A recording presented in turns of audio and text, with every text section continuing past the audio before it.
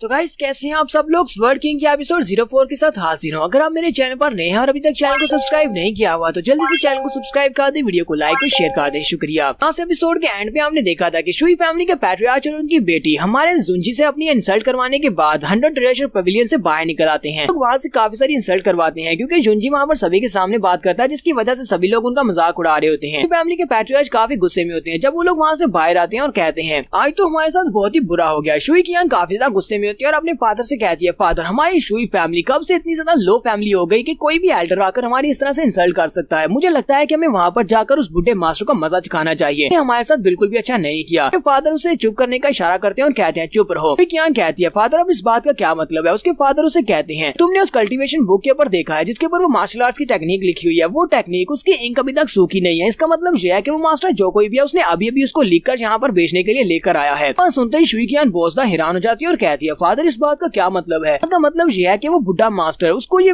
वाली martial arts की technique याद है और उसने अपने हाथों से ये टेक्निक लिखी है। पैट्रियार्च उसे कहते हैं, मुझे लगता है कि इस तरह के मिडिल ग्रेड की टेक्निक को अपने हाथों से लिखना, वो भी अपनी स्पिरिट एनर्जी को यूज करते हुए, ये मास्टर वाकई में एक महान मास्टर है। कम से कम अर्थ स्पिरिट लेवल पर तो होगा ही। पैट्रियार्च कहते हैं, अगर इस तरह का एक जीनियस युनमेंग मार्शल हाउस में भी होता तब ये वहाँ पर एक टॉप क्वालिटी का एक्सपर्ट होता। हम लोग इसका मुकाबला नहीं कर सकते, तो मुझे नहीं लगता कि हमें इसको यहाँ पर गुस्सा दिलाना चाहिए। ये तो लगता है कि जितनी ज्यादा पॉसिबल है हम इस बंदे के साथ अच्छा रिलेशन रखते हैं। हो सकता है कि फ्यूचर में हमें इसके पास अच्छी और सारी टेक्निक्स मिल सके। सीन में फिर से 100 ट्रेजर पवेलियन के अंदर का दिखाया जाता है। पवेलियन के अंदर खड़ा होता है जबकि मास्टर उसके पास आता है और उसे कहता है, सीनियर मुझे लगता है कि मैंने आपको कुछ ज्यादा इंतजार करवा दिया, आप यहाँ पर खड़े क्यों हैं? लगता है कि आपको मुझसे कुछ और काम है। हमारा जुंजी जल्दी से अपने ऊपर से अपना चोगा उतार देता है। जैसे ही वो अपना चोगा उतारता है लेकिन मास्टर उसे देखकर बहुत ज्यादा हैरान हो जाता है और कहता है, ऐसा कैसे हो सकता है, तुम तो चू जिंगजुन हो। हमारा जुंजी उसे कहता है, मैंने तो ऐसा बिल्कुल भी नहीं सोचा था कि मैनेजर किन मुझे आसानी से पहचान लेंगे। तो मैनेजर किन आप तो मुझे पहचानते हैं। मैनेजर किन उसकी बात सुनने के बाद सोच रहे होते हैं, मैं इसको कैसे नहीं पहचान सकता। चू फैमिली कभी हमारी ज़ीफेंग सिटी की सबसे बड़ी फैमिली हुआ करती थी। चू फैमिली तो डिस्ट्रॉय हो चुकी है। चू फैमिली के पास अब ज्यादा कुछ नहीं बचा, लेकिन मुझे क्या पता था कि चू फैमिली के यंग मास्टर के पास अभी भी एक मिडिल ग्रेड की इस तरह की मार्शल आर्ट्स की टेक्निक बची होगी। तो है कि चू फैमिली के पैट्रियार्च अपने बेटे के लिए काफी सारी टेक्निक्स छोड़कर गए हैं। इसके साथ अच्छा रिलेशन रखना चाहिए। मैनेजर किन उसे कहती है, यंग मास्टर चू क्या मैं आपसे जान सकता हूँ कि आपको यहाँ पर कुछ और चीज चाहिए या नहीं? आप यहाँ पर रुके हुए हैं तो मुझे लगता है कि आपको हमारे पवेलियन से कुछ और चाहिए होगा। जुंजी अपने पास से पैसों का थैला निकालता है और उसकी तरफ फेंकते हुए कहता है, जुंजी उसे कहता है, मुझे 30 बॉडी टेम्परिंग पिल्स चाहिए, इसके अलावा 10 स्पिरिट नॉरिशिंग पिल्स चाहिए। मैनेजर किन उसे कहते हैं, यंग मास्टर ठीक है मैं आपके लिए अरेंज करवाता हूँ। फिर साथ ही वो अपनी रिसेप्शन वाली लड़की से कहता है, जो मास्टर ने कहा बिल्कुल वो लेकर आओ। मास्टर चू के लिए सारी चीजें लेकर आओ। वो कहती है, ठीक है मास्टर मैं लेकर आती हूँ। अंदर जाती है और अंदर से वो सारी चीजें पैक करके ले आती है। मैनेजर किन उसे कहते हैं, मास्टर चू आपने जहाँ पर जितनी चीजें खरीदी हैं उसका बिल 1 लाख सिल्वर कॉइन्स बनता है, लेकिन क्योंकि आपने यहाँ पर अपनी चीजों को ऑक्शन किया है इसी वजह से मैं आपको 10% डिस्काउंट देता हूँ। जुंजी उसे कहता है, मास्टर आपका बहुत बहुत शुक्रिया। तो वो उसके सामने वो पिल वाली बोतल रखते हैं। तो जुंजी उनमें से एक बोतल को उठाता है और उसको देखकर काफी हैरान होता है। मैनेजर किन उसे कहते हैं, अब क्या हुआ यंग मास्टर, क्या आपको ये पिल पसंद नहीं आई? क्या यहाँ पर कोई मसला है? जुंजी उन पिल्स को देखकर उसे कहता है, तुम्हारी जो पिल्स बहुत ज्यादा लो क्वालिटी की हैं, नहीं लगता कि तुम यहाँ पर खराब क्वालिटी की पिल्स बेच रहे हो। किन उसकी बात सुनने के बाद गुस्सा हो जाता है क्योंकि वहीं पर दरवाजे के पीछे उनकी मास्टर होती है जो कि इस पूरे के पूरे पवेलियन की मास्टर है जिसने इन सारी पिल्स को बनाया है। हमारे जुंजी से कहता है, यंग मास्टर मुझे लगता है कि आपको सोच समझकर बात करनी चाहिए। जुंजी फिर से उसे कहता है, मुझे लगता है कि तुम्हारी इन पिल्स की क्वालिटी बहुत ज्यादा खराब है, ये बहुत ही घटिया क्वालिटी की है। तुम्हें क्या लगता है कि मैं यहाँ पर ऊंची आवाज में बात नहीं कर सकता? तुम्हें लगता है कि मुझे नहीं पता कि तुम दरवाजे के पीछे तुम्हारी मास्टर बैठी हुई है? इसी वक्त दरवाजा खुलता है और पवेलियन की मास्टर बाहर निकलती है। पवेलियन की मास्टर ने अपने बालों के अंदर एक आर्टिफैक्ट लगाया होता है, किसी को पता ना चले कि ये एक हाई ग्रेड का आर्टिफैक्ट है। तो हमारा जुंजी से देखते पहचान जाता है और कहता है, इसने अपने बालों में एक आर्टिफैक्ट लगाया हुआ है जिसके अंदर से कुछ इस तरह की वेव्स निकल रही है जिसकी वजह से ये लोगों को सेड्यूस कर सकती है। जुंजी कहता है, इस लड़की को तो सेडक्शन की आर्ट भी आती है। मुझे लगता है कि नॉर्मल लोग तो इसके झांसे में फंस जाते होंगे और इसकी हाँ में हाँ मिलाकर यहाँ से चले जाते होंगे, वो इसको रेजिस्ट नहीं कर सकते। लेकिन मास्टर हमारे जुंजी से कहती है, क्या तुम वही लड़की हो जिसने अभी भी यहाँ पर कहा कि मेरी बनाई हुई पिल्स की क्वालिटी बहुत ज्यादा लो है? जुंजी उसे कहता है, हाँ मैंने ये कहा है क्योंकि तुम्हारी जो बनाई हुई पिल्स हैं इनकी एफिशिएंसी 40% से भी कम है। यंग मिस आगे हंसना शुरू कर देती है और उसे कहती है, जबकि तुमने कहा है कि मेरी बॉडी टेम्परिंग पिल्स के साथ कोई मसला है तो फिर तुम्हें यहाँ पर इस बात को साबित करना होगा। क्या तुम्हारे पास इस बात का कोई सबूत है? क्या तुम इसको साबित कर सकती हो? अगर चेयर के ऊपर बैठ जाती है और उसे कहती है, अगर तुम इस बात को साबित कर सके कि मेरी मेरी पिल्स की एवरेज एफिशिएंसी जो 40% से लो है, तो फिर मैं यहाँ पर तुम्हें इसके बदले में इनाम दूंगी। अगर तुम यहाँ पर इसको साबित नहीं कर सके तो तुम हमारी 100 ट्रेजर पवेलियन से जिंदा बाहर नहीं जा पाओगे। पवेलियन मास्टर का नाम मिस जू जैन होता है। मैनेजर केन उसे कहते हैं, मिस जू जैन प्लीज अपने गुस्से को शांत करें। आपको इस जैसे एक लड़के के साथ बात करने की क्या जरूरत है जिसकी कल्टीवेशन बेस ही बहुत ज्यादा लो है। तो एक सेकंड रैंक की पिल रिफाइनर है, आपकी बनाई हुई पिल्स बहुत ज्यादा अच्छी है, आपको इस लड़के से बात नहीं करनी चाहिए। तो मिस जू जैन गुस्से के साथ उसे कहती है, मैनेजर केन तुम्हें यहाँ पर बात करने की इजाजत किसने दी? चुपचाप अपना मुंह बंद करके साइड पर खड़े रहो, मुझे इससे बात करने दो। मैनेजर किंग काफी ज्यादा घबरा जाते हैं और कहते हैं, ठीक है मैं चुप रहता हूँ। साथ ही वो सोच रहा होता है इस लड़के को पता ही नहीं है इसने यहाँ पर क्या बड़ी गलती कर दिया, इसने हमारी मिस को गुस्सा दिला दिया। और जब मिस को गुस्सा आता है तो किसी की भी नहीं सुनती। इन पिल्स को इसने अपने हाथों के साथ बनाया है, इसी वजह से ये यहाँ पर अपनी पिल्स की इंसल्ट तो बिल्कुल भी बर्दाश्त नहीं करेगी। तो मैं इस लड़के को बचाने के लिए यहाँ पर कुछ भी नहीं कर सकता। जुंजी मैनेजर किन के इंटेंशंस को समझ जाता है और उसे कहता है, मैनेजर किन सबसे पहले तो आपको थैंक यू बोलता हूँ कि आपने यहाँ पर मेरी जान बचाने के लिए कम से कम आपने मेरा साथ देने की कोशिश की। साथ ही वो कहता है, मैंने यहाँ पर जो बात की है कि तुम्हारी पिल्स की एफिशिएंसी 40% से लो है, ये बात बिल्कुल सच है और मैं इस बात को साबित भी कर सकता हूँ। तो मिस जू जैन उसे कहती है, लड़के तुम्हारी जुबान तो कुछ ज्यादा ही चलती है, मुझे दिखाओ कि क्या वाकई में तुम इस लायक भी हो कि तुम यहाँ पर इस बात को साबित कर सकते हो या नहीं। देखना चाहते हो कि तुम्हारे पास कौन कौन सी कैपेबिलिटीज हैं। हमारा जुंजी उसे यहाँ पर बॉडी टेम्परिंग पिल को बनाने का तरीका बताता है। वो उसे कहता है, ये वाली एक ग्रेड 1 की पिल है और इसको बनाने के लिए हमें 3 जड़ी बूटियों की जरूरत पड़ती है। इन तीनों जड़ी बूटियों को आपस में मिक्स करने से पहले हमें ड्यू ड्रॉप के अंदर इसके अंदर जितनी भी इम्प्योरिटीज होती है उन सभी को निकालना पड़ता है। मुझे लगता है कि तुमने ड्यू ड्रॉप के साथ इसके अंदर से इम्प्योरिटीज को रिलीज नहीं किया। अगर हम लोग ड्यू ड्रॉप को यूज करते हुए इम्प्योरिटीज को नहीं निकालेंगे तो पिल इस तरह की बनेगी जिस तरह की पिल्स तुमने बनाई है। इस जू जैन उसकी बात सुनने के बाद कहती है, तुमने कहा कि ड्यू वाटर के साथ इसके अंदर से इम्प्योरिटीज को रिलीज करना है, मैंने इस बारे में कभी नहीं सुना और मैंने कभी इस तरीके को यूज नहीं किया। तो जुंजी उसे कहता है, तुमने कभी इस बारे में नहीं सुना इसका मतलब ये नहीं है कि ये वाला तरीका एग्जिस्ट नहीं करता। मैंने तुम्हें बता दिया, इस तरह तुम अपनी जितनी भी पिल्स बनाओगी उनकी एफिशिएंसी को बढ़ा सकती हो, कोशिश करके देखो। साथ ही वो उसे कहता है, क्या तुम मुझे एक पेपर और इंक दे सकती हो, मैं जहाँ पर तुम्हें तरीका लिख कर देता हूँ। जुंजी उसे तरीका लिख कर दे देता है। वो उसे कहता है, तुम्हें सारे के सारे सीक्वेंस को फॉलो करना होगा और इस सीक्वेंस को फॉलो करते हुए तुम जो बॉडी टेम्परिंग पिल बनाओगी उसकी एफिशिएंसी ज्यादा होगी। मिस जू जैन उसे कहती है, ठीक है लड़के, मैं तुम्हारे इसी पिल फार्मूला को फॉलो करते हुए बॉडी टेम्परिंग पिल बनाने की कोशिश करती हूँ। अगर ये तरीका काम कर गया तो मैं तुम्हें यहाँ से जाने दूंगी और तुमसे पैसे भी नहीं लूंगी, ये पिल्स तुम्हें फ्री में मिलेंगी। लेकिन अगर ये तरीका काम नहीं किया और पिल्स की एवरेज वही रही जो पहले थी, फिर मैं तुम्हें यहाँ से नहीं जाने दूंगी। हमारा जुंजी उसे कहता है, यंग मिस प्लीज इसको आजमा कर देखें। इस जू जैन भी सोच रही होती है, जिस तरह इस लड़के ने मुझे फार्मूला लिख कर दिया, अगर इस पिल फार्मूला के मुताबिक मैं अपनी बॉडी टेम्परिंग पिल्स की इफेक्टिवनेस को बढ़ा सकती हूँ, अगर वो 60% तक भी बढ़ गई तो मुझे लगता है कि मेरा 100 ट्रेजर पवेलियन काफी ज्यादा अमीर हो जाएगा। तो ये लड़का मुझसे बात कर रहा है, मुझे तो लगता है ये झूठ नहीं बोल रहा है, ये यहाँ पर सच कह रहा है। साथ ही हमारा जुंजी से कहता है, मिस जू जैन जरा रुके। जू जैन उसे कहती है, अब तुम्हें क्या हुआ, क्या तुम्हें इस बात का अंदाजा हो गया है कि तुमने गलती कर दी और तुम माफी मांगना चाहते हो? ये से कहता है, नहीं ऐसी बात नहीं है, ये तो सिर्फ एक छोटा सा बॉडी टेम्परिंग पिल का फार्मूला है, मैं इसके लिए आपसे माफी क्यों मांगूंगा? मुझे पता है कि बॉडी टेम्परिंग पिल को बनाने के लिए आपको थोड़ा सा टाइम चाहिए होगा, इस टाइम के दौरान मैं क्योंकि यहीं पर रहने वाला हूँ तो क्या मैं आपकी कॉलरॉन को यूज कर सकता हूँ? इस जू जैन उसे कहती है, तुम मेरे कॉलरॉन को क्यों यूज करना चाहते हो, क्या तुम भी यहाँ पर पिल्स बनाना चाहते हो? उसे कहता है, हाँ मैं यहाँ पर कुछ पिल्स बनाना चाहता हूँ, इस पिल के लिए मैं यहाँ पर आपके पास जड़ी बूटियाँ यूज करूंगा, वो सारी की सारी जड़ी बूटियों के लिए मैं डायरेक्टली पे करूंगा। ये बात आपके इस कॉलरॉन को यूज करने की, मुझे पता है कि कॉलरॉन को यूज करने की भी कीमत पे करना पड़ती है। जब जब आपके कॉलरॉन को यूज करूंगा तो एक पिल बनाने पर मैं आपको इस कॉलरॉन के यूज करने पर पूरे 1000 सिल्वर कॉइन्स दूंगा। जू जैन उसकी बातें सुनने के बाद सोच रही होती है, इस लड़के को अच्छी तरह से पता है कि यहाँ पर चीजों को यूज करते हुए उनकी कीमत किस तरह अदा करनी है। मुझे तो लगता है कि ये लड़का वाकई में यहाँ पर पिल्स रिफाइन करना जानता है। मिस जू जैन सोच रही होती है, अगर इस लड़के ने मेरे कॉलरॉन को यूज करते हुए यहाँ पर कोई अच्छी पिल बना ली तो मुझे लगता है कि मुझे इस लड़के के साथ एसोसिएशन कर लेनी चाहिए, क्योंकि इस लड़के के साथ हाथ मिलाने से हमें फायदा होगा। मिस जू जैन उसे कहती है, फिर ठीक है, चलो ठीक है, हम लोग तुम्हारी शर्त को मान लेते हैं, तुम कॉलरॉन को भी यूज कर सकती हो और साथ ही यहाँ से जड़ी बूटियां भी यूज कर सकती हो। मैं भी देखना चाहती हूँ कि तुम कौन सी पिल्स बनाते हो। उसके बाद मिस जू जैन अपने कॉलरॉन के पास चली जाती है और उस स्क्रिप्ट को यूज करते हुए कहती है, मुझे स्क्रिप्ट के मुताबिक इस पिल फार्मूला को फॉलो करते हुए पिल बनानी होगी। कभी ड्यू वाटर को यूज करते हुए इम्प्योरिटीज को रिमूव नहीं किया, चलो आज आजमा कर देखते हैं। मिस जू जैन वहाँ पर खड़ी होकर अपनी फायर को रिलीज करती है, क्योंकि यहाँ पर जान फायर को यूज किया जाता है पिल्स को रिफाइन करने के लिए। वो कॉलरॉन के अंदर अपनी फायर को ऐड करती है। इसी तरफ हमारा जुंजी भी अपने कॉलरॉन के सामने खड़ा होता है, पिल्स को रिफाइन करने के लिए ट्राई कर रहा होता है, जबकि मैनेजर केन उसके पास खड़े होकर सोच रहे होते हैं। लड़का यहाँ पर पिल बनाना चाहता है, लेकिन इस लड़के के पास इतनी ज्यादा स्पिरिट एनर्जी नहीं है, क्योंकि पिल बनाने के लिए न सिर्फ हमें जान फायर की जरूरत होती है बल्कि स्पिरिट एनर्जी और साथ में सोल पावर की भी जरूरत होती है। ये लड़का तो बॉडी टेम्परिंग के 3rd स्टेज के ऊपर है और इसके पास अभी इतनी स्पिरिट पावर और ना ही सोल पावर है, फिर ये यहाँ पर इस कॉलरॉन को कैसे एक्टिवेट कर पाएगा? मुझे लगता है कि ये लड़का यहाँ पर कुछ ज्यादा ही एटीट्यूड दिखा रहा है, ये कर नहीं पाएगा। हमारा जुंजी वहाँ पर बैठे बैठे अपनी एनर्जी को रिलीज करता है और उस कॉलरॉन के अंदर अपनी एनर्जी को एंटर करता है और अपनी जान फायर के साथ उसको एक्टिवेट करता है। जुंजी अपनी पिल को बना लेता है और वहीं पर पवेलियन में बैठा था जाता है, जबकि मास्टर किन वहीं पर सो रहे होते हैं।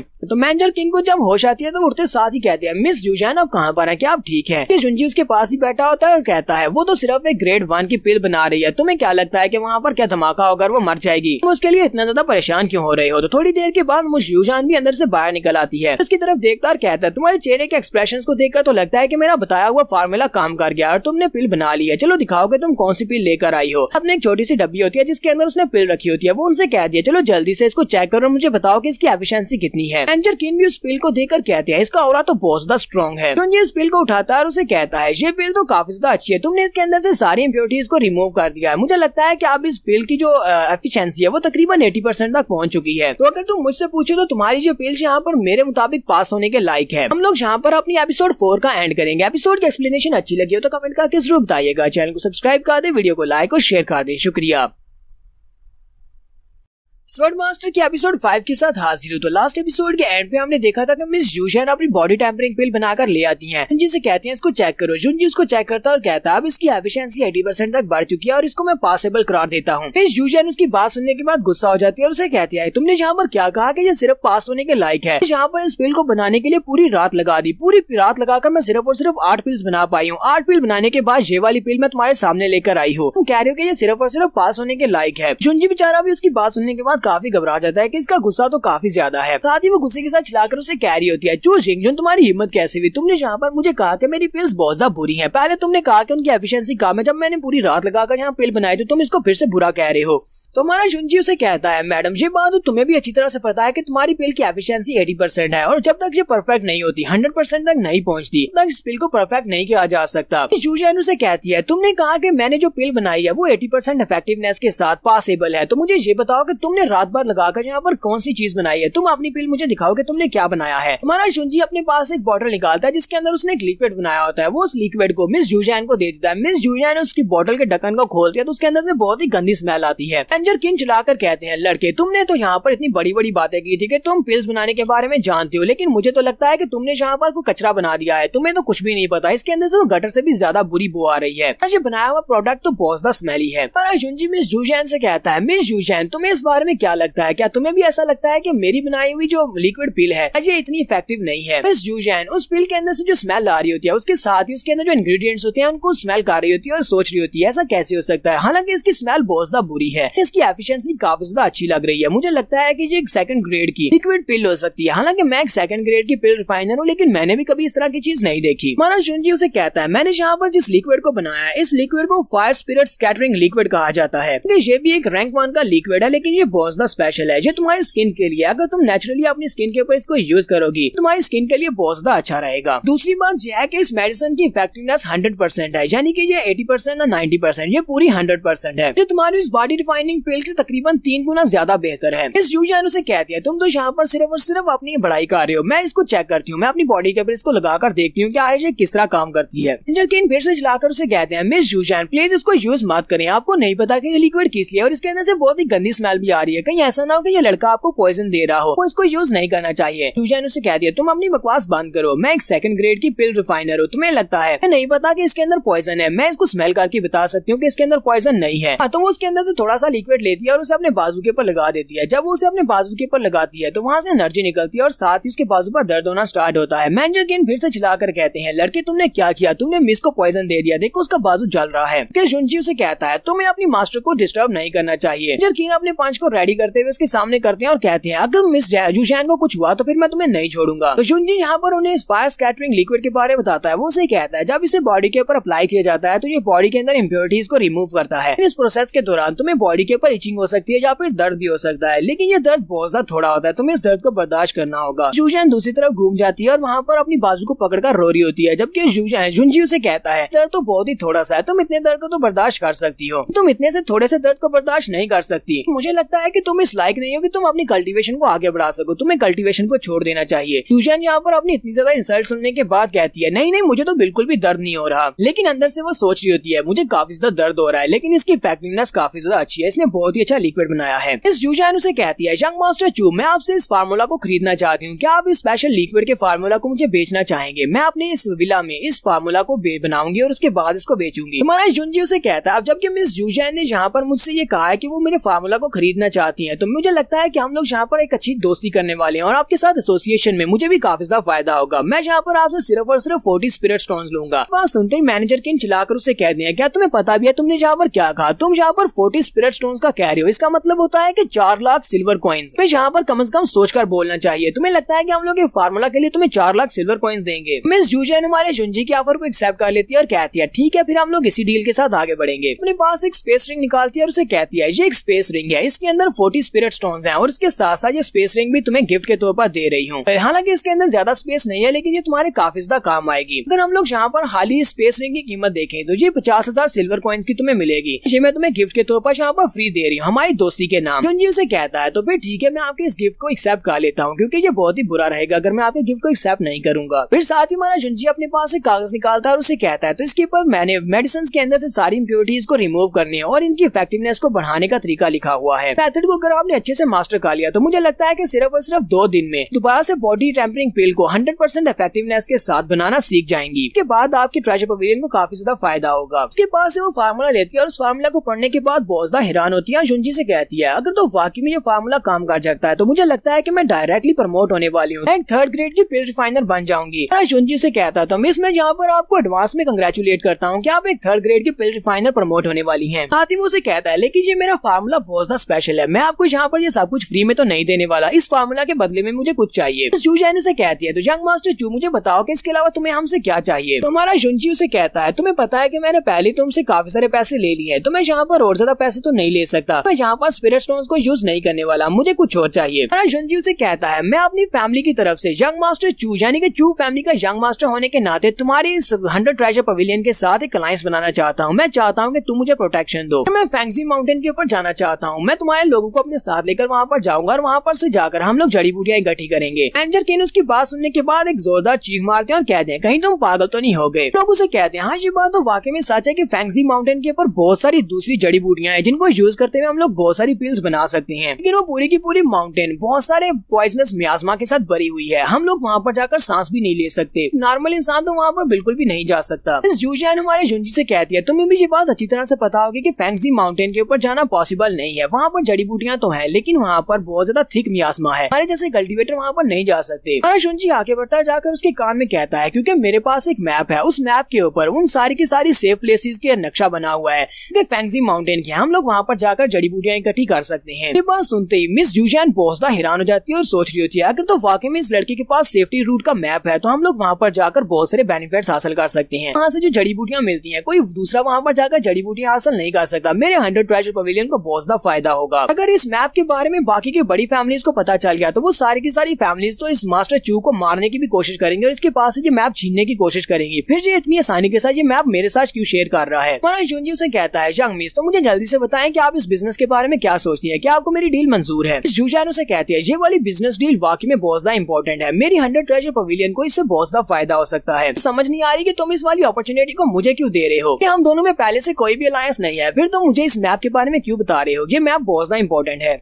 हमारा जुंजी सोच रहा होता है लगता है कि इसको बेवकूफ बनाना इतना भी आसान नहीं है, लगता है कि इसको यहाँ पर रीजन देना पड़ेगी वरना इतनी आसानी के साथ ये नहीं मानेगी। हमारा जुंजी उसे कहता है अगर मैं यहाँ पर तुम्हारी 100 ट्रेजर पवेलियन के साथ एक अलायंस बना लेता हूँ तो उसके बाद पूरे के पूरे सिटी में कोई भी ऐसी फैमिली नहीं होगी जो कि मेरी चू फैमिली को बुली कर सकती है, इसी वजह से मुझे तुम्हारी प्रोटेक्शन की जरूरत है। दूसरी बात ये है कि आपको पता है कि अगर किसी गरीब आदमी के पास अचानक पैसा आ जाए बहुत बड़ी मुश्किल में पड़ सकता है, क्योंकि बाकी के लोग ये नहीं देख सकते कि उसके पास इतना पैसा क्यों है। मैं अकेले स्पिरिट माउंटेन के ऊपर जाकर सारी जड़ी बूटियां ला सकता हूँ लेकिन मैं अकेले सबको हैंडल नहीं कर सकता, मेरी चू फैमिली अभी इस लायक नहीं है, वो इतनी पावरफुल नहीं है। तो मिस यूजन उसे कहती है तो मुझे समझ आ गई, तुम्हें यहाँ पर मेरी 100 ट्रेजर पवेलियन की मदद की जरूरत है, तुम्हें हमारी प्रोटेक्शन चाहिए। हमारा जुंजी से ये वाली डील कंप्लीट करने के बाद मैनेजर किन से कहता है मैनेजर किन 2 दिन के बाद अब मेरे घर पर आ जाना, मेरे घर पर हम लोग इस बारे में डिस्कस करेंगे, मैं आपको बताऊंगा कि हम लोग आगे कैसे बढ़ेंगे, हम लोग आगे इस अलायंस को कैसे बढ़ाने वाले हैं और बिजनेस की डिटेल में बात करेंगे। फिर साथ ही वो लोगों को वहाँ पर ग्रीट करते हुए कहता है ठीक है अब मैं यहाँ से जा रहा हूँ, और वो वहाँ से बाहर निकल जाता है। मिस यूजन उसी की तरफ देख रही होती है और कहती है चू फैमिली का ये लड़का जिसकी फैमिली डिस्ट्रॉय हो चुकी है ये इतना ज्यादा इंप्रेसिव कब हो गया, मुझे तो नहीं पता था। तो मैनेजर किन उसे कहते हैं मिस यूजन ये अपॉर्चुनिटी वाकई में बहुत ज्यादा रेयर है, अगर हमें वाकई में वो मैप मिल जाता है तो हम लोग फैंगजी माउंटेन के ऊपर कब्जा कर सकते हैं। फैंगजी सिटी में जितने भी स्पिरिट हब्स हैं वो सारी की सारी हम बेचेंगे और पूरे के पूरे फैंगजी सिटी के ऊपर हमारा राज होगा। मिस यूजन उसे कहती है तुम्हें यहाँ पर अभी से सेलिब्रेट करने की जरूरत नहीं है, तो अभी भी उस लड़के के ऊपर शक हो रहा है, उस लड़के के पास अगर उस माउंटेन का मैप है तो वो इतनी आसानी के साथ वो मैप हमारे साथ शेयर करने को क्यों तैयार हो गया। क्या तुम्हें लगता है कि ये वाला मैप वो इतनी आसानी के साथ हमें दे सकता है? मुझे तो लगता है कि उस लड़के का और भी कोई ना कोई मकसद जरूर है। वो लड़का हमें यूज करना चाहता है। मैनेजर कीन उसे कहते हैं, मुझे लगता है कि वो लड़के की हिम्मत काफी ज्यादा बढ़ चुकी है जो यहाँ पर हमें इस्तेमाल करना चाहता है। वो लड़का हमें कैसे इस्तेमाल कर सकता है? हम लोग एक बहुत ही पावरफुल फोर्स है। मैं अभी जाता हूँ और उस लड़के को पकड़ कर लाता हूँ और उसको एक सबक सिखाते हैं, उससे सवाल पूछते हैं फिर उस लड़के ने हमें यहाँ पर इस तरह यूज करने की हिम्मत कैसे की। फिर यूजैन उसे कहते हैं, फिलहाल के लिए तुम्हें ये सब कुछ करने की जरूरत नहीं है। वो लड़का हमें यहाँ पर इस्तेमाल कर भी रहा है तो इससे ज्यादा फर्क नहीं पड़ता। वो इस फैंसी माउंटेन के ऊपर जाना चाहता है लेकिन हम लोग भी तो उसके साथ जाएंगे। हमें भी फैंसी माउंटेन का अगर मैप मिल जाता है तो इससे हमें ज्यादा फायदा होगा। फिलहाल के लिए इंतजार करो जब तक हमें वो मैप मिल नहीं जाता। तो मैनेजर कीन उसे कहते हैं, ठीक है मास्टर, फिलहाल के लिए इंतजार करता हूँ और अपने कुछ लोगों को उसके ऊपर नजर रखने के लिए भेज देता हूँ। कि हमारा जुंजी रास्ते में चलता हुआ जा रहा होता है और सोच रहा होता है को भी ये बात पता होगी कि मैं इनको इस्तेमाल कर रहा हूँ। रही बात फैंसी माउंटेन के ऊपर जड़ी बूटियों की, तो वहाँ पर जड़ी बूटियाँ तो है लेकिन वो सारी की सारी जड़ी बूटियाँ इतनी ज्यादा नहीं है कि जो कि मेरे लायक हो सके। मुझे अपनी पिछली लाइफ से इससे भी ज्यादा अच्छी माउंटेन्स के बारे में बताया जहाँ पर बहुत सारी जड़ी बूटियाँ हैं। ये तो कुछ भी नहीं है। जुंजी कहता है, तो अब सिर्फ 2 दिन बचे हैं मेरी फैमिली क्लैन मीटिंग के लिए, तो मुझे जल्दी से जल्दी अपनी कल्टीवेशन को बढ़ाना होगा ताकि मैं फैमिली मीटिंग में सभी को साबित कर सकूं कि मैं अभी भी पैट्रियार्च बनने के लायक हूँ। और जुंजी को भी ये बात पता होती है कि 100 ट्रेजर पवेलियन से कुछ लोग उसका पीछा कर रहे हैं। वो बड़ी स्पीड से उनके सामने से वहाँ से गायब हो जाता है जबकि वो लोग वहीं पर रह जाते हैं और कहते हैं पता नहीं वो लड़का कहाँ पर चला गया। चलो जल्दी से वापस जाकर अपने मास्टर को इस बारे में बताते हैं कि वो लड़का गायब हो गया या उसे पता था कि हम लोग उसका पीछा कर रहे हैं। जहाँ पर हम लोग अपनी एपिसोड 05 का एंड करेंगे। एपिसोड की एक्सप्लेनेशन अच्छी लगी हो तो कमेंट करके जरूर बताइएगा। चैनल को सब्सक्राइब कर दे, वीडियो को लाइक और शेयर कर दे। शुक्रिया।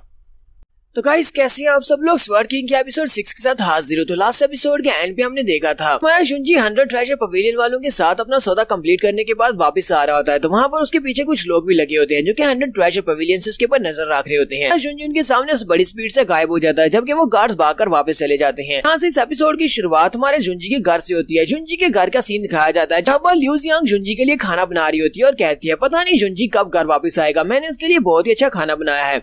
जुंजी अंदर आता है, दरवाजा खोलता है और उसे कहता है तुम्हें मेरे लिए इंतजार करने की जरूरत नहीं है, मुझे भूख नहीं है, तुम लोग अकेले इस खाने को खा सकते हो। ल्यू जियांग उसे कहती है क्या वाकई में तुम ये खाना नहीं खाने वाले? वो उसकी बात भी नहीं कंप्लीट सुनता और दरवाजा खोलकर अपने कल्टीवेशन रूम के अंदर चला जाता है जबकि जिसकी वजह से ल्यू जियांग काफी गुस्सा हो जाती है।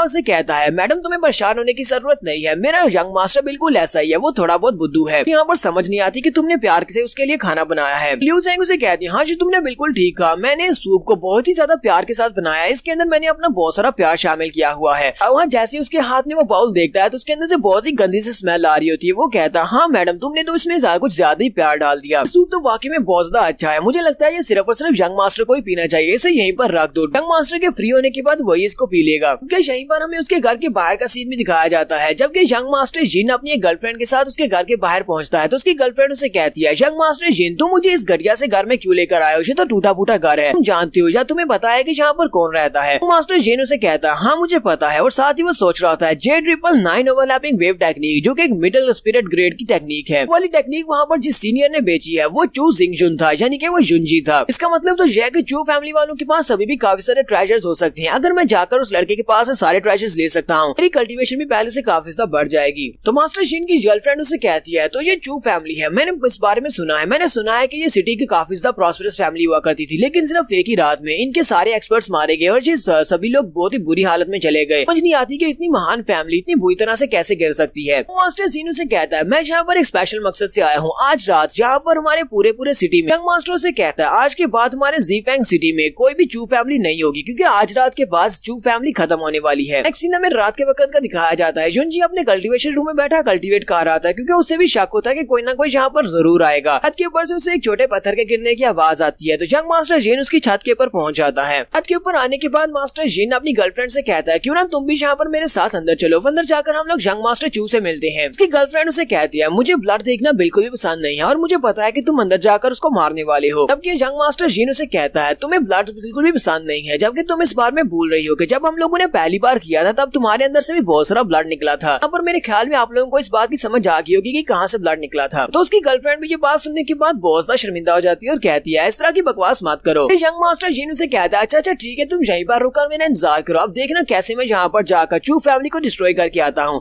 जल्दी से जंप करते हुए रूम के अंदर चला जाता है और जिंगजुन से कहता है चू फैमिली के यंग मास्टर, लगता है कि काफी अरसे के बाद मिल रहे हैं। अरे जुनजी भी पहले से तैयार बैठा होता है। वो उसे कहता है मैं भी तो यहाँ पर तुम्हारा इंतजार कर रहा था, आने में थोड़ी सी देर कर दी। यंग मास्टर जिन उसे कहता है मुझे पता है कि आज वो सीनियर जो कि वहाँ पर एक स्पेशल टेक्निक को बेचने के लिए आया था वो तुम ही थे। चू फैमिली वालों के पास अभी भी एक लेवल 1 की मार्शल आर्ट्स की टेक्निक है, इसका मतलब यह कि तुम्हारे पास अभी भी और बहुत सारा खजाना हो सकता है। जल्दी से वो सारे का सारा खजाना मेरे हवाले कर दो। अगर वो सारे का सारा खजाना और सारी मार्शल आर्ट्स की टेक्निक तुम मेरे हवाले कर देते हो तो उसके बाद मैं सोचूंगा कि तुम्हें यहाँ पर जिंदा छोड़ दूं। तुम्हारा जुनजी जल्दी से अपनी तलवार को निकालता है और अपनी तलवार के साथ उसके ऊपर अटैक कर देता है और कहता है अगर तुम्हारे अंदर इतनी हिम्मत है तो होती उनको मुझसे ले लो। तो यंग मास्टर जिन उसके अटैक को अवॉइड कर लेता है, फिर साथ ही उसे कहता है तुम्हारी हिम्मत कैसे भी मेरे पर अटैक करने की, तुम तो बॉडी टैंपरिंग के 4th लेवल पर हो, तुम्हें लगता है कि तुम यहाँ पर मेरे सामने इतना एरोगेंटली बिहेव कर सकते हो। आदि वो भी अपनी मार्शल स्पिरिट को रिलीज करता है। उसकी मार्शल स्पिरिट एक पैसल होती है। पैसल मतलब ये होता है कि वो एक छोटा सा वेपन होता है, भाले की तरह का वेपन, लेकिन उसका साइज बहुत ज्यादा छोटा होता है। उसने अपने पैसल को पीच फ्लावर पैसल का नाम दिया होता है और वो एक ग्रेड 3 की मार्शल स्पिरिट होती है। हमारा ज़ाओलिंग उसका मजाक उड़ाते हुए कहता है मैं 17 साल का हो गया हूँ लेकिन मैंने आज तक किसी को भी अपने लिंक को वेपन के तौर पर यूज करते हुए नहीं देखा। तुमने तो अपने ही लिंक जहाँ पर मार्शल स्पिरिट के तौर पर यूज कर लिया है। देखना मैं तुम्हारे लिंक को भी तोड़ दूंगा, क्योंकि उसकी जो मार्शल स्पिरिट होती है यानी कि उसका जो पीच फ्लावर पैसल होता है वो लिंक की तरह का ही लग रहा होता है, इसी वजह से वो उसका मजाक उड़ा रहा होता है। तो वो उसे कहता है मेरा ये वाला जो पैसल है यानी तुम जिसे तुम लिंक कह रहे हो इसे सिर्फ और सिर्फ लड़कियां एंजॉय कर सकती हैं, लेकिन तुम्हारे जैसे कमीनों को तो मैं इसे मारने के लिए यूज करता हूँ। साथ ही वो अपने पैसल के साथ उसके ऊपर अटैक करता है। वो अपने एनर्जी के साथ उसको कंट्रोल कर रहा था और उसका पैसल क्योंकि साइज में छोटा होता है वो बड़ी स्पीड के साथ उड़ता हुआ जाता है और जुनजी के ऊपर बार बार अटैक होता है। जुनजी उसके सारे अटैक्स को अवॉइड कर लेता है। यंग मास्टर जिन उसे कहता है क्या तुम्हें लगता है कि तुम यहाँ पर बार बार मेरे अटैक्स को डॉज कर पाओगे, कितनी बार तुम मेरे अटैक्स को डॉज कर सकते हो। तो हमारा जुनजी भी वहाँ पर अपनी पावर्स को यूज करते हुए सामने एक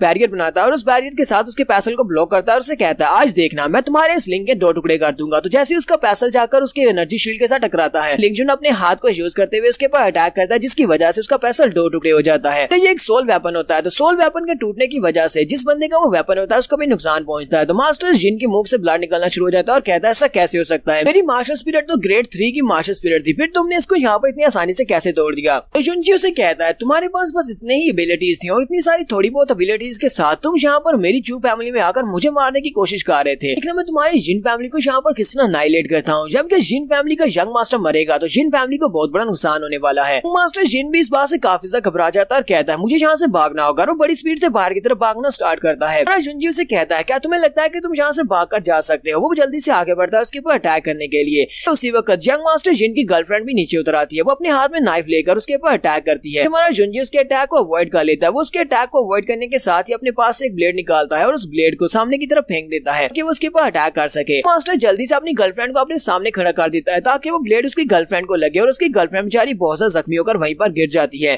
जुनजी यंग मास्टर जिन को मारने के लिए आगे बढ़ता है और उससे कहता है तुम तो वाकई में घटिया इंसान हो, तुमने अपनी गर्लफ्रेंड को यहाँ पर शील्ड के तौर पर यूज कर लिया कि वो तुमसे कितना ज्यादा प्यार करती है। हमारा जुनजी उसके मुंह पर जबरदस्त पंचेस मारता है जिससे वो वहीं पर गिर जाता है। पता नहीं इसने यहाँ पर यंग मास्टर जिन को जान से मार दिया या फिर इसको सिर्फ जख्मी किया है, क्योंकि यहाँ पर इस डिटेल नहीं बताई जा रही। इसके बाद हमारा जुनजी वापस से अपने कल्टीवेशन रूम में आ जाता है और कहता है मुझे यहाँ पर अपनी कल्टीवेशन को तेजी से आगे बढ़ाना होगा, क्योंकि इस कमीने के यहाँ पर आने की वजह से मेरी कल्टीवेशन स्पीड कम हुई है। मुझे जल्दी से जल्दी कल्टीवेट करना होगा क्योंकि बहुत ही जल्दी फैमिली क्लैन मीटिंग होने वाली है। अरे जुनजी के पास उसकी जो नेमलेस स्टॉर्म है वो कहता है फिलहाल के लिए मैं नेमलेस कल्टीवेशन टेक्निक को मास्टर करने की कोशिश कर रहा हूँ, क्योंकि उस स्टॉर्म के अंदर काफी सारी टेक्निक्स लिखी हुई है। साथ ही वो अपने पास से बॉडी टैंपरिंग पिल को निकालता है और उस पिल को खा जाता है। उस पिल को खाने के साथ वो अपनी बॉडी को भी टैंपर कर रहा है। जुनजी कहता है पता नहीं यहाँ पर ये वाली पिल्स खाने के बाद ये मुझे ब्रेक थ्रू करने की इजाजत देंगी या नहीं, क्योंकि मैं यहाँ पर ब्रेक थ्रू करना चाहता हूँ और अगले लेवल पर पहुंचना चाहता हूँ और साथ ही अपनी मार्शल स्पिरिट यानी कि अपनी तलवार को भी ब्रेक थ्रू करवाना चाहता हूँ। जुनजी यहाँ पर एक स्पेशल टेक्निक को मास्टर करने की कोशिश कर रहा है जिसको विंड थंडर स्वर्ड टेक्निक कहा जाता है। जी कहता है ये एक बहुत ही स्पेशल टेक्निक है जिसकी पूरे 3 लेवल्स हैं। इसके 3 लेवल्स हैं, लेकिन फिलहाल के लिए मुझे लगता है कि मैं सिर्फ एक ही लेवल को मास्टर कर पाऊंगा। जुनजी कहता है मैं फिलहाल के लिए इसके पहले मूव जिसको शिफ्टिंग विंड कहते हैं उसी को मास्टर कर सकता हूँ। तो वो वहाँ पर शिफ्टिंग विंड को सीखने की कोशिश कर रहा होता है। थोड़ी देर के बाद वहाँ पर ब्रेक थ्रू कर लेता है। जुनजी क्योंकि अपने रीइंकार्नेशन स्टोन के अंदर है, बाहर का 1 दिन और यहाँ के 5 दिन है और उसके बाद सिर्फ 2 ही दिन बचे थे अपनी क्लैन मीटिंग के लिए। तो 10 दिन के अंदर अंदर वहाँ पर ब्रेक थ्रू कम्प्लीट कर लेता है। यहाँ पर इसने अपनी पहली मार्शल आर्ट टेक्निक को भी मास्टर कर लिया है। फाइनली जो अपने रूम के अंदर से बाहर निकलता है, जब अपने रूम से बाहर निकलता है तो उसके सामने उसकी वाइफ खड़ी होती है। उसकी वाइफ ने नए कपड़े पहने होते हैं। वो उसे कहती है हम लोग फैमिली क्लैन मीटिंग में जा रहे हैं, क्या मेरी ये ड्रेस ठीक है। उसे कहता है चाहे तुम कुछ भी पहन लो तुम हमेशा बहुत ज्यादा प्यारी लगती हो। तो ज़ाओहां भी वहीं पर पहुंच जाता है और उसे कहता है यंग मास्टर मैंने सब कुछ तैयार कर दिया, चलो चलने का वक्त हो चुका है। मास्टर उनसे कहता है चलो फिर ठीक है फैमिली क्लैन मीटिंग में चलते हैं और चलकर उन सभी लोगों को बता देते हैं कि पैट्रियार्च कौन है। हमारा जुनजी अपने अपने दोस्तों को अपने साथ लेता और चल पड़ता है। ये सभी लोग फैमिली पैट्रियार्च मीटिंग की तरफ जा रहे हैं। तो यहाँ पर जितने भी लोग हैं वो सभी लोग चू फैमिली के मेंबर्स हैं। वो सभी लोग इसकी तरफ देख रहे होते हैं और काफी ज्यादा हैरान भी होते हैं और खुश भी हो रहे होते हैं। वैसे कुछ जो यहाँ पर मुंह बनाकर खड़े होते हैं वो लोग कहते हैं ये कमीना यहाँ पर क्या कर रहा है, और ऊपर से ये साथ अपने इस लड़की को भी ले आया है एक नौकरानी के साथ शादी करके। इसने हमारी चू फैमिली का नाम खराब कर दिया। तो लोग वहाँ पर खुश हो रहे होते हैं। वो लोग ये सोचकर खुश हो रहे होते हैं कि आज जो एल्डर्स हैं वो इस लड़के को फाइनली पैट्रियार्च की गद्दी के ऊपर से हटा देंगे, क्योंकि पैट्रियार्च की सील इस लड़के के पास है और इस लड़के के पास है वो सील ले ली जाएगी। यंग मास्टर चू और उसके साथ उसके दोस्त बोस घबराए हुए होते हैं उन सभी लोगों की बातें सुनकर।